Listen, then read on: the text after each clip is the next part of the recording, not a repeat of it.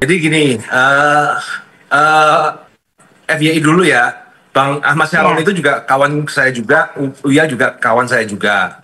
Kalau di Mm-mm. case-nya Bang Ahmad Syaroni itu gua no comment lah, ya memang karena dia kan kehidupannya kan glamor, kemudian terkenal sebagai Crazy Rich ya.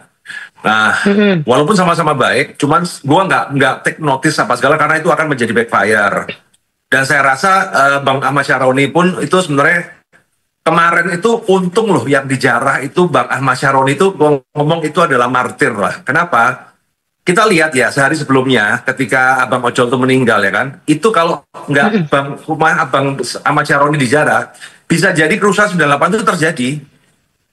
Hmm. Iya, iya, iya. Orang itu kan butuh pelampiasan, ya orang itu butuh Betul. pelampiasan, ya sudahlah. Nah kemudian ketika rumah Bang Ahmad Syaroni terjarah, kemudian ada barang-barang mewahnya di situ apa segala, ya akhirnya kan sekarang ini kan jadi aman gitu loh. Jadi ya anggap aja tumbal lah ya. Nah Mm-mm. kemudian kalau Bang Uya Kuya itu aku nggak prediksi karena apa? Kalau kita berbicara secara rasional, eh, problemnya Bang Uya Kuya itu kenapa masyarakat itu panas karena ada video lama yang dipotong-potong, disambung-sambungkan seolah-olah menjawab netizen. Jadi Mm-mm. ketika ditanya berjoget kenapa, ya kan gua kan yang artis. Itu padahal potongan video bulan Maret. Dan kemudian ketika ada narasi kenapa ini berjoget, kemudian video lamanya joget-joget gitu ya. Dan itu sebenarnya sudah Mm-mm. diklarifikasi sama Bang Uya Kuya. Nah, cuman karena sudah kondisinya uncontrolled dan kemudian mereka menghujat Uya Kuya dan Eko Patrio dan Nafa Urbat dan siapa lagi ya, Bu Sri Mulyani bahkan ya. Iya, iya, iya. Nah, Iya. itu kan kondisinya kan panas. Nah, cuman kan ya memang saat itu tuh rawan bagi saya untuk speak up ya. Rawan bagi saya untuk speak up, tapi ya karena saya melihat kita itu banyak berutang budi sama Bang Uya Kuya, maka itu langsung spontan aja sebagai seorang kawan. Jadi seorang Mm-mm. kawan yang sudah pernah dibantu dan kita tahu kinerjanya Mas Uya Kuya itu seperti apa. Mm-mm. Karena sudah beberapa kali Mas Uya Kuya itu membantu saya lewat podcastnya untuk membongkar investasi-investasi bodong. Kemudian untuk membuat kasus-kasus hukum yang dialami masyarakat ini buntet itu menjadi lancar.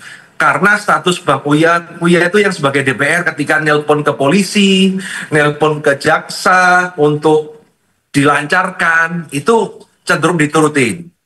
Nah, dan saya Mm-mm. tahu juga karena terutama setahun terakhir ini Mas Uya Kuya ini aktif untuk membantu TKW-TKW terutama yang ilegal dan korban scammer Kamboja itu, terutama yang sudah Iya. menjadi jenazah, itu membantu mulangin. Mm-mm. Nah, yang Benar. masyarakat mungkin tidak tahu adalah mulangin jenazah dari Kamboja ke Indonesia itu ngabisin duit itu sekitar 200 juta. Mm-mm. Betul. Dan itu tidak ditanggung oleh negara, ya. Nah, Mm-mm. yang masyarakat mungkin tidak tahu adalah, ya kadang-kadang kita itu urunan rame-rame, tapi kalau udah kurang, yang bagian nutupin itu Mas Uya Kuya itu dari kantong pribadinya sendiri, bukan dari Mm-mm. tunjangan DPR dan lain-lainnya.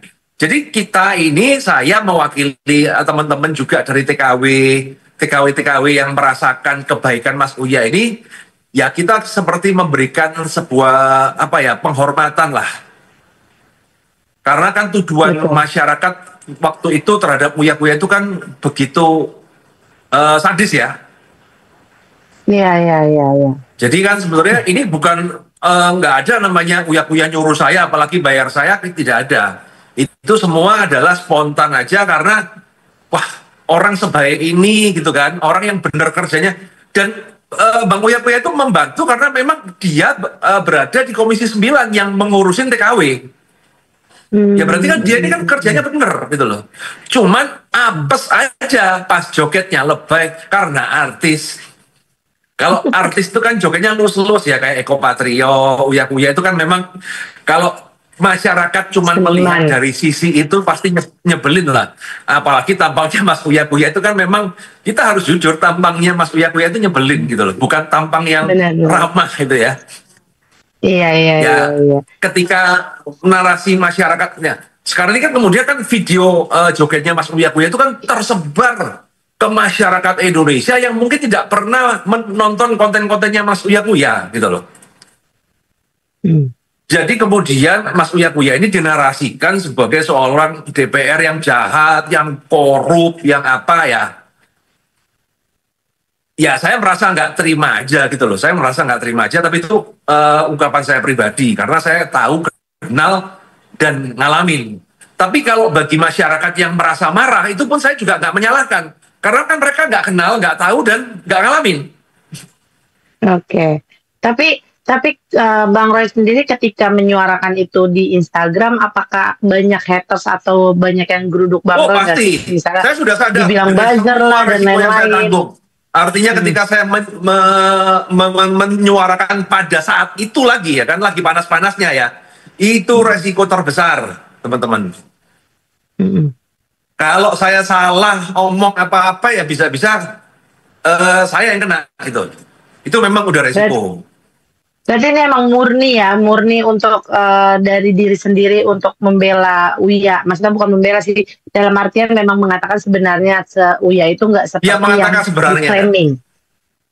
Yes, karena saya merasa adalah itu saya yang tepat gitu loh. Kalau ada yang bilang menjilat, menjilat itu kalau orangnya lagi di atas gitu ya. Misalnya nih lagi kaya raya nih, Bang Ahmad Syaroni lagi kaya, mungkin Juragan 99, saya ngomong, oh ini pengusaha baik apa salah, dia lagi di atas, itu namanya menjilat. Tapi kan pada titik terbawah, kan kita berbicara Mas Uya ini kan karirnya itu kan jatuh sejatuh-jatuhnya. Bahkan saya yakin juga kawan-kawan akrabnya pun nggak berani speak up gitu loh. Saya merasa iba aja. Goal saya adalah saya biar Mas Uya ini nggak kapok gitu loh. Karena pada titik terbawah ternyata masih ada kawan-kawannya yang belain dengan resiko yang mungkin akan dihujat, tapi tetap ada yang belain. Jadi tujuan saya adalah apa? Supaya Mas Uya Kuya ini tidak berhenti untuk berkarya walaupun dia tidak menjadi DPR. Jadi dia kan masih ada penghiburan lah dari kawan-kawannya. Karena biasa kan, Mbak, kalau pas kita lagi di atas itu kan banyak yang menghibur kita, banyak yang mendukung. Begitu ada masalah semua menjauh gitu. Benar. Tapi Bang Roy ini kan menarik kan, selamat malam itu kan dipukul rata ya semuanya, dari Ahmad Syaroni sampai Ibu Sri Mulyani itu langsung dipukul rata, dijarah. Dan mungkin minta pendapat sedikit tentang kondisi saat belakangan ini tuh yang akhirnya jadi kayak kisruh, jadi kayak ada penjarahan. Awalnya cuma demo minta kebijakan atau suara rakyat didengar. Ini seperti apa sih pandangan dari Bang Roy sendiri kan? Jadi kalau saya melihat, saya menyamakan Indonesia itu mirip kayak revolusi Prancis. Ya di mana rakyat itu sudah susah, makin susah, sedang pejabatnya itu malah naik gaji, malah joget-joget gitu kan. Padahal kalau masalah joget-joget setiap tahun kalau pas kemerdekaan kan pasti joget-joget toh. Kayak tahun lalu itu kan di Istana Negara itu waktu zamannya Pak Jokowi kan masih ingat kan, masih joget-joget ojo dibanding-banding ke Farel itu kan. Kan ya gak ada masalah gitu. Cuma karena kondisinya yang seperti ini akhirnya menjadi akumulasi. Nah, rakyat itu saya paham, jengkel gitu loh. Nah, pelampiasannya adalah apa? Ya akhirnya dia menjarah rumah anggota DPR yang menjadi sasaran amarah rakyat gitu loh. Dan terbukti ketika setelah menjarah, setelah itu kan tidak merembat kemana-mana. Padahal sehari sebelumnya itu kan sudah mulai tuh di Makobrimob, toko-toko ruko-ruko sebelahnya mulai dijarah gitu kan. Coba kalau dia tidak mendapatkan kayak pelampiasan di rumah-rumah DPR, bisa jadi masyarakat itu akan menyebar kerusuhan di mana-mana, Mbak. 98 itu kan kejadian, yang kena nanti etnis Cina lagi. Padahal kondisi etnis Cina itu kalau sekarang ini malah kita ini satu nasib dengan yang namanya pribumi, bahkan lebih parah karena di kita ini selain menanggung pajak yang sama, kita masih ada tambah yang namanya dipala ormas, dipala oknum, ya kan, karena Cinanya. Nah, kita itu lebih sengsara. Nah, cuman kan kemarin tuh kan ada pelampiasan. Jadi saya juga paham mungkin dari pihak kepolisian ataupun pihak TNI juga akhirnya membiarkan. Karena waktu itu kan di rumahnya Bang Ahmad Syaroni juga ada TNI itu ya. Tapi membiarkan ya mereka bisa berpikirnya jauh ke depan ya ini buat pelampiasan lah. Karena kan begitu terjadi di situ kemudian kan ada kelucuan gitu ya kan. Iya, ada benar. ketemu kaset bokeh, ada ketemu Iron Man, ada apa itu seperti ada bom, ada brankas yang dibuka, itu kan seperti kayak ada lega gitu loh. Jadi kayak ada pembalasan gitu kan. Itu yang membuat masyarakat terkerja. Jadi ya saya tidak membenarkan penjarahan itu, cuman saya rasa mereka ini ya menjadi tumbal aja dari kasus ini gitu loh. Oke. Bang Roy sendiri setelah kemarin bertweet di Instagram, apakah sudah komunikasi juga dengan Kak Uya sendiri nggak sih? Maksudnya kan sekarang ini kan keberadaan juga Bang Uya udah dia. saya kan masih DM sama dia ya, saya cuma bilang ya yang sabar bro, ini Anda ini jadi martir lah, jadi tumbal lah, dan orang baik-baik aja kok, dia malah bingung kucingnya kan, kalau hartanya dia nggak bingung, kucingnya yang bingung dia tuh. Apa sih yang dia sampaikan dia tentang kucingnya? Kan banyak juga kan di Instagram juga bilang gak apa-apa, saya ikhlas dengan saya nggak berani tanya macam-macam, saya cuman waktu itu kan kita DM-an ya, jadi saya mau yang sabar, iya nih aman kah, aman gitu kan, cuman gue pengen kucing gue balik gitu loh, kalau harta mah biarin lah. Mungkin itu biar jadi berkah buat masing-masing gitu loh. Cuman dia malah kepikiran tuh kucingnya gitu. Karena mungkin ya Bang Uya itu kan penyayang kucing ya, udah kayak saudara, kayak anak sendiri lah kucingnya dia itu. Jadi mohon teman-teman yang masih belum mengembalikan ya tolonglah itu anaknya Bang Uya dikembalikan lah.